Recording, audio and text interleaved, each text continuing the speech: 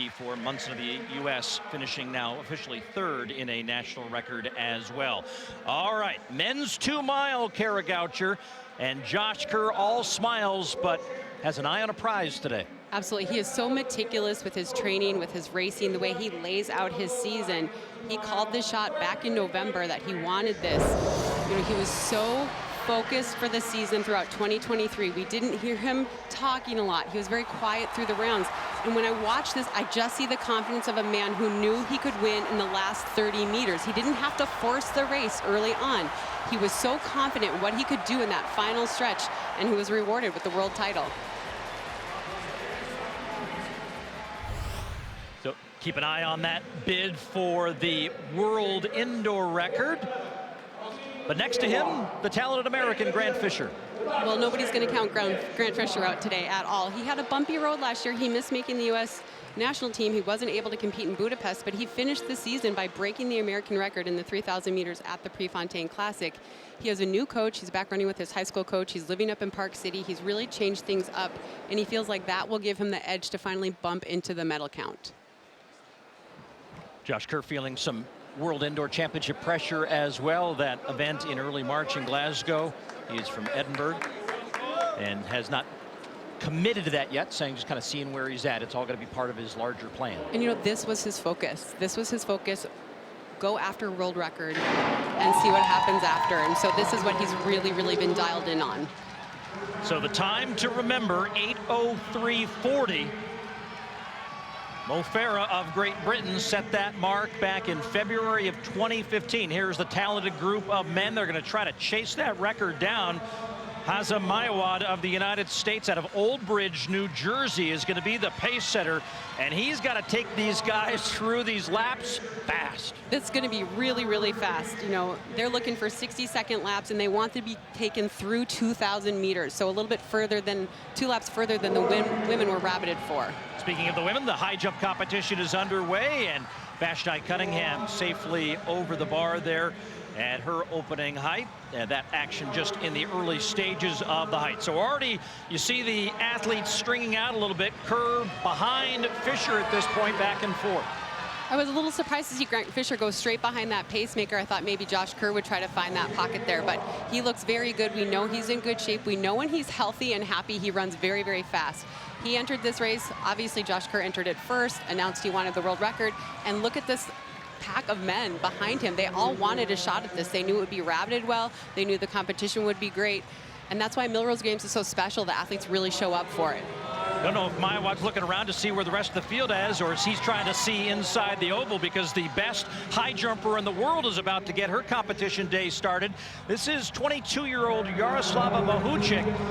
What a story for her. After her country was invaded by Russia, 3 weeks later she fled the country and won the world indoor title in 2022, and then won the world outdoor title in Budapest last summer, making her appearance in the competition there. Clearance on the first attempt at 6.2 3/4. Meantime, closing in on the 2-minute mark here in the men's 2-mile. Looks like they are a little bit behind where they had hoped to be at that half mile, a couple seconds off, which all of that really adds up. Paul, they are running on such razor thin edges. You can't give up time early. So they're really going to have to kind of get this back on track and really get those a half second a lap and kind of get this right back on, because a world record, everything has to go really, really well to make that happen. But we still see all the contenders, they're strung out, so we know that they're running fast. It's just a hair off of the prescribed pace. When Farah broke the record, as Maiwad steps off, and A.J. Ernst will continue to drive this train with Fisher behind. They went through the first mile, did Farah in 4:03:09, so we'll keep an eye on that time as the action continues here at the Armory. We're going to step aside, but the racing will continue throughout the break. We'll catch the finish on the other side.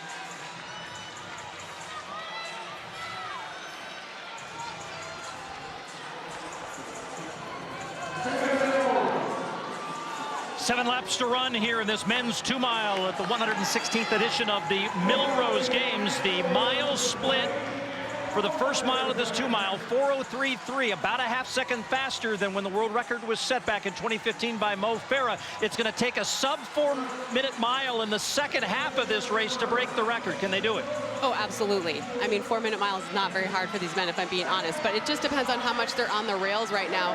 You know, when Josh Kerr announced a run at this record, he was really the only one in the field, and then Grant Fisher entered the field, and now it becomes different. It becomes a world record attempt with competition in it, and I think we're seeing Kerr decide to slip behind Grant here, get pulled a little bit, and hoping that he has a much better finish than Grant Fisher, but Fisher looks awfully tough right now at this stage. The American record in this distance for the men is 8:07.41, set by Galen Rupp back in 2014. That is well in sort of jeopardy mode now as they come to the line with 1,000 meters to run.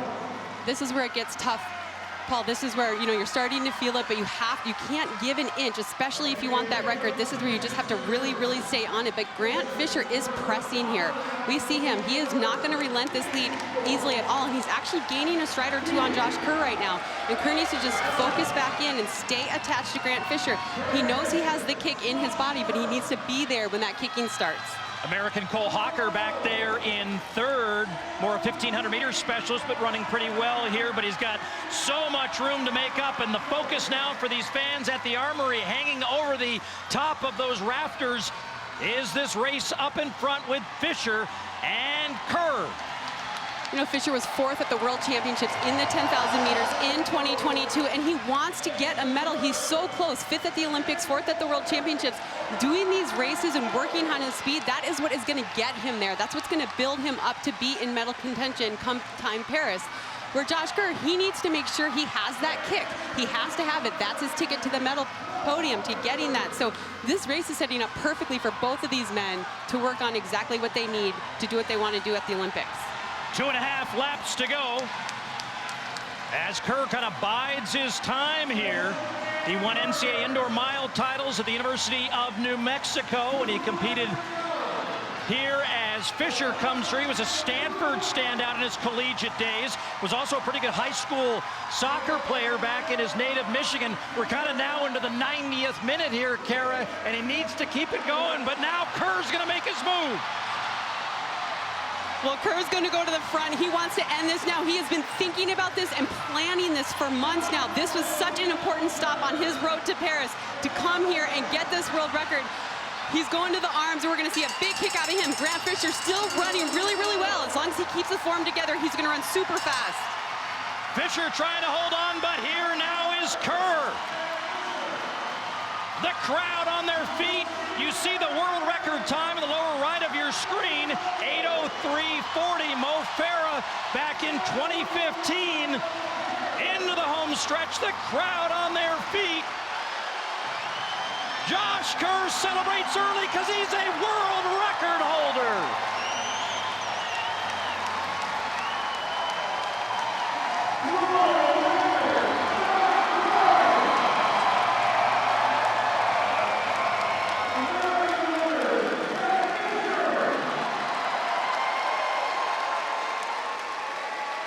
And you might have heard Mike Jay, the in-stadium announcer, announce that Grant Fisher, who just now is celebrating with Josh Kerr, also a record breaker as he breaks Galen Rupp's American record.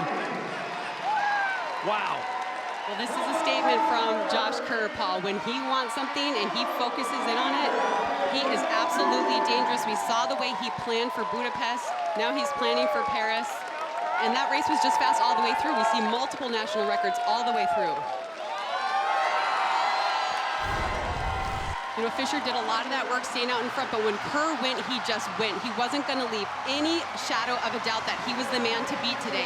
He immediately opened up a lead, and then he got to run all the way in and really take it in, take in the victory, and take in becoming a world record holder. Breaks the previous record by almost 3 seconds, pulls Fisher to a new record. He breaks the American record by almost 4 seconds. And that is worthy of a lap of honor. Josh Kerr, another world record goes down here at a legendary meet in the heart of New York City.